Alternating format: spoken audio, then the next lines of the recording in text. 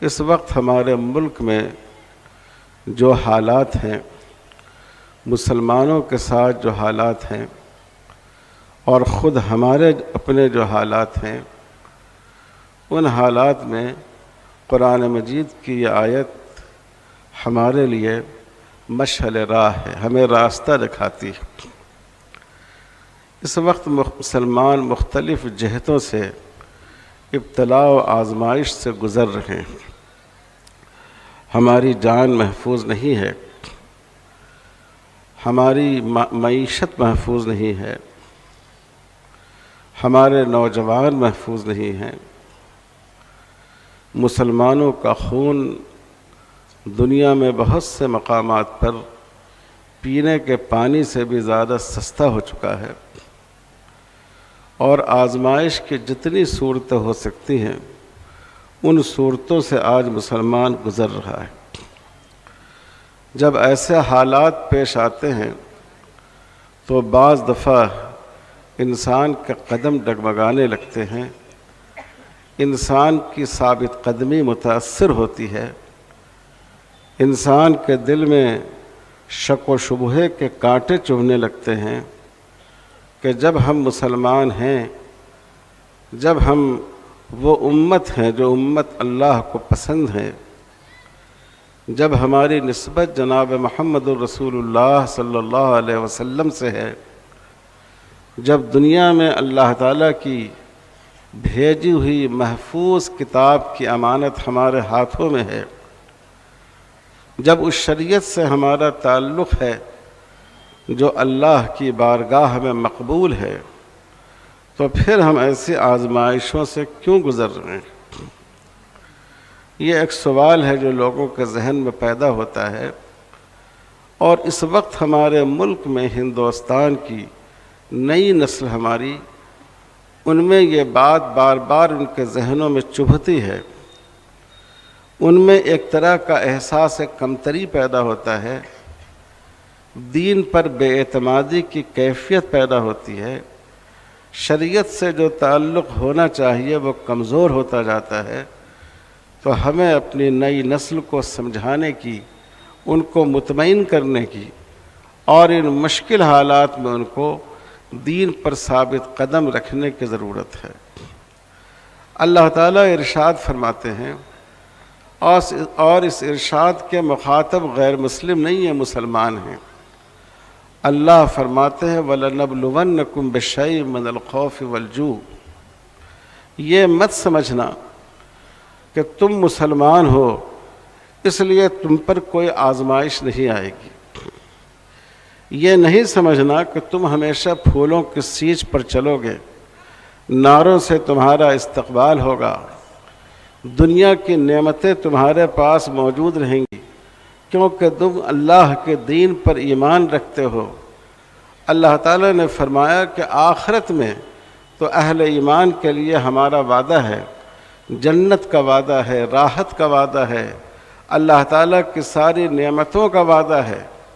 لیکن دنیا میں یہ بات یاد رکھو کہ ہم تمہیں آزمائیں گے۔ عربی گرامر کے اعتبار سے اس میں تاکید ہے، اللہ تعالیٰ فرماتے ہیں کہ ہم تم کو ضرور ہی آزمائیں گے، خوف اور ڈر سے بھی آزمائیں گے۔ خوف کی بھی کیفیت ہوگی کہ پتہ نہیں کب آپ پر دہشت گردی کا الزام لگ جائے، پتہ نہیں آپ ٹرین میں نکلیں اور راستے میں آپ پر حلہ بول دیا جائے، پتہ نہیں کب لوگوں کی ایک بھیڑ آپ پر حملہ کر کے خدا نخواستہ آپ کا کام تمام کر دے۔ یہ خوف اور یہ گھبراہٹ بھی تمہارے دلوں میں ہوگی۔ والجوع، اور اللہ تعالیٰ بھوک سے بھی آزمائیں گے، معاشی پسماندگی سے آزمائیں گے، ملازمتوں کے دروازے تم پر بند کیے جائیں گے، صنعتوں کے لائسنس تم کو نہیں ملیں گے، تجارت میں تم کو پیچھے کرنے کی کوشش کی جائے گی تاکہ تم اپنے ملک میں معاشی اعتبار سے سب سے زیادہ پست اور دبی ہوئی قوم کی حیثیت سے سر جھکا کر زندگی گزارو۔ وَنَقْصٍ مِّنَ الْأَمْوَالِ وَالْأَنفُسِ وَالثَّمَرَاتِ، اور اللہ تعالیٰ نے فرمایا کہ تمہارے مال میں بھی کمی ہوگی، تمہاری جانیں بھی جائیں گی، ہو سکتا ہے کہ فسادات میں تمہاری جانیں لے لی جائیں۔ ملیانہ اور ہاشم پور اور بھاگلپور اور گجرات کے واقعات دوسری قوموں کے ساتھ نہیں، تمہاری قوموں کے ساتھ پیش آئے۔ اور والثمرات، بہت سے مفسرین نے لکھا کہ یہاں پھل سے اولاد مراد ہے، تم کو تمہاری اولاد کا بھی نقصان ہوگا، بوڑھے ماں باپ کو چھوڑ دیا جائے گا، اور تمہارے جوان بچے جو تمہارے دلوں کی امیدوں کا مرکز ہیں، اور جو تمہاری آنکھوں کا نور اور دل کا سرور ہیں، اور جن کو اب تم نے اپنے بڑھاپے کی لاٹھی اور سہارا سمجھ رکھا ہے، ان پر ایسے الزامات لگا دیے جائیں گے کہ وہ جیل کی کوٹھریوں میں ڈال دیے جائیں گے۔ ان ساری چیزوں سے تمہاری آزمائش ہو سکتی ہے۔ وَلَنَبْلُوَنَّكُمْ مِنَ الْخَوْفِ بِشَيْءٍ مِنَ الْخَوْفِ وَالْجُوعِ وَنَقْصٍ مِنَ الْأَمْوَالِ وَالْأَنفُسِ وَالثَّمَرَاتِ وَبَشِّرِ الصَّابِرِينَ، اور آپ خوشخبری دیجئے صبر کرنے والوں کو۔ دوستو، اس آزمائش سے صرف آج ہم اور آپ دوچار نہیں ہیں، تاریخ میں ہمیشہ جو لوگ حق کے علم بردار رہے، جن لوگوں نے دین حق کا چراغ اپنے ہاتھوں میں روشن رکھا، ان کو آزمائشوں سے گزرنا پڑا۔ آپ قرآن مجید کا مطالعہ کریں، جو انبیاء کرام تھے ان کے دشمن بظاہر دنیا کی نعمتوں میں پلتے تھے، اور انبیاء نے مشقتیں اٹھائی۔ حضرت نوح علیہ السلام پر لوگ پتھروں کی بارش کیا کرتے تھے۔ سیدنا حضرت موسیٰ علیہ السلام کو خود ان کے ماننے والوں نے ان کے ساتھ زیادتی کی، اور فرعون نے جو زیادتی کی وہ سب کو معلوم ہے۔ سیدنا حضرت ابراہیم علیہ السلام کو دہکتی ہوئی آگ میں ڈال دیا گیا، اور ان کو اپنا وطن چھوڑنے پر مجبور کیا گیا، اور خود رسول اللہ صلی اللہ علیہ وسلم اور آپ کے صحابہ ان تمام آزمائشوں سے گزرے۔ حضور صلی اللہ علیہ وسلم مکی زندگی میں اس طرح خوف کا سایہ چھایا ہوا تھا کہ سیرت کی کتابوں میں لکھا ہے کہ حضرت ابو طالب نے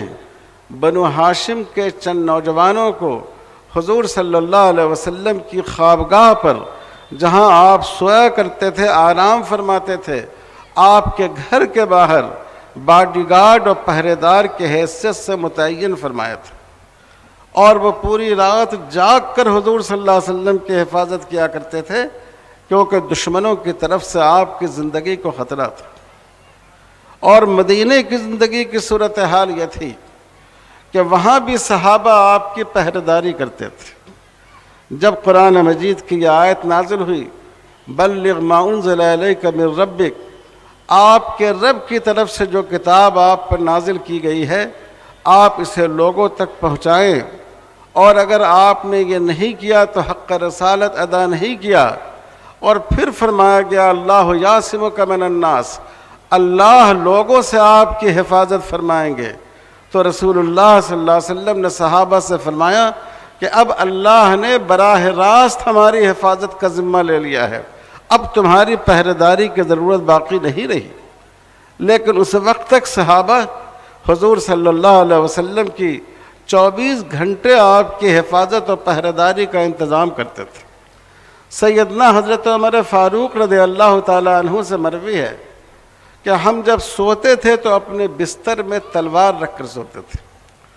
ہمیں یہ خوف ہوتا تھا کہ پتہ نہیں کب مدینے پر حلہ بول دیا جائے،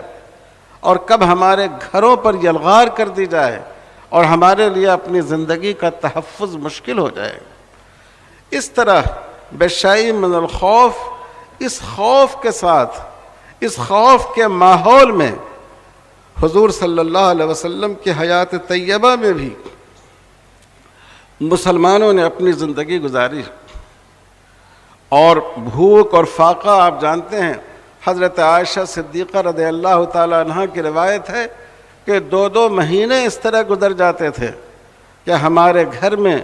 چولہا سلگانے کی نوبت نہیں آتی تھی، صرف کھجور اور پانی پر ہماری گزر اوقات ہوتی تھی۔ اور آپ نے سیرت کو پڑھا ہوگا،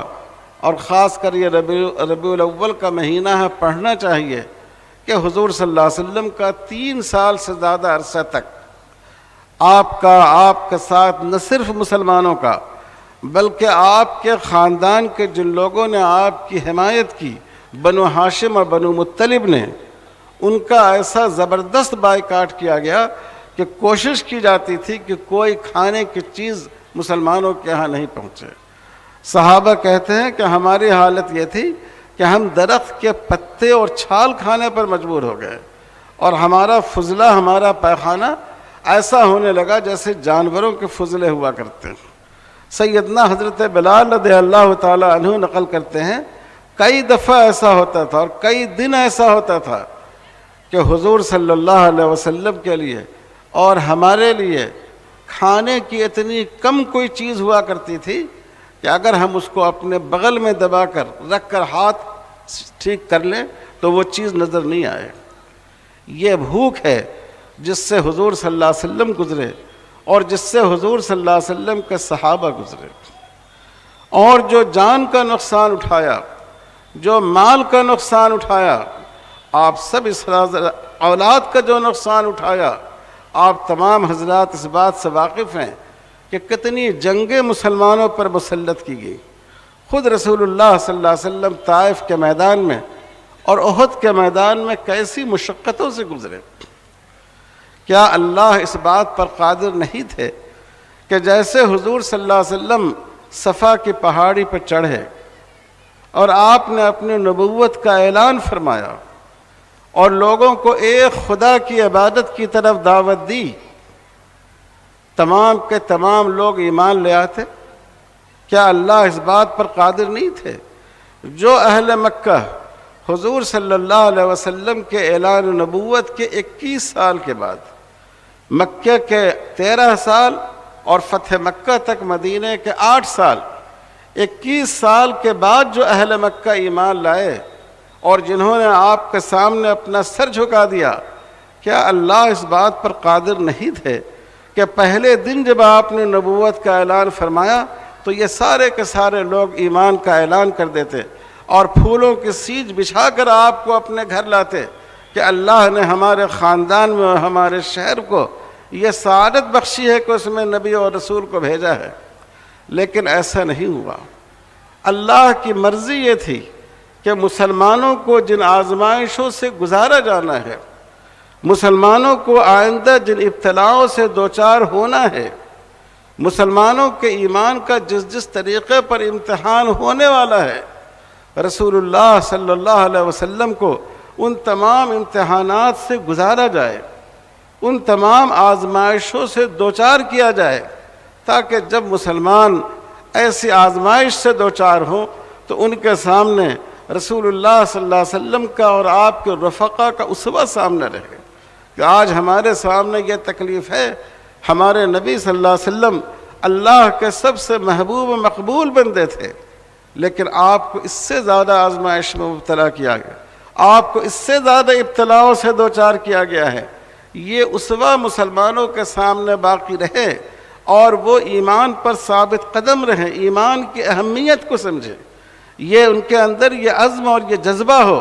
کہ ہم ساری آزمائشوں سے ہم گزر سکتے ہیں، ہم آگ کا دریا پار کر سکتے ہیں، ہم طوفانوں سے کے نقصان کو اٹھا سکتے ہیں، ہم اپنی اولاد کو کھو سکتے ہیں، ہم اپنی دولت سے محروم ہو سکتے ہیں، لیکن ایک مرد مومن ایمان کی دولت سے محروم نہیں ہو سکتا۔ یہ بات سمجھانے کے لیے حضور صلی اللہ علیہ وسلم کو اس پورے 21 سال ہر صبح و شام اور پورے ہر شب و روز طرح طرح کی آزمائشوں اور مشقتوں سے گزارا گیا، اور حضور نے اپنے عمل کے ذریعے صحابہ کو سمجھایا اور صحابہ نے امت کے بعد میں آنے والی امت کو سمجھایا کہ ایمان کا تقاضا یہی، اسلام نام ہی اسی کا ہے۔ اسلام پھولوں کی سیج پر چلنے کا نام نہیں ہے، اسلام اللہ کے دین کے لیے، اللہ کی رضا کے لیے اگر ضرورت پڑے تو آگ کے انگاروں پر چلنے کا نام ہے۔ اس بات کو سمجھانے کے لیے ایک پوری تاریخ ہمارے سامنے موجود ہے۔ رسول اللہ صلی اللہ علیہ وسلم کی اور حضرات صحابہ کرام رضوان اللہ تعالی علیہم اجمعین کی۔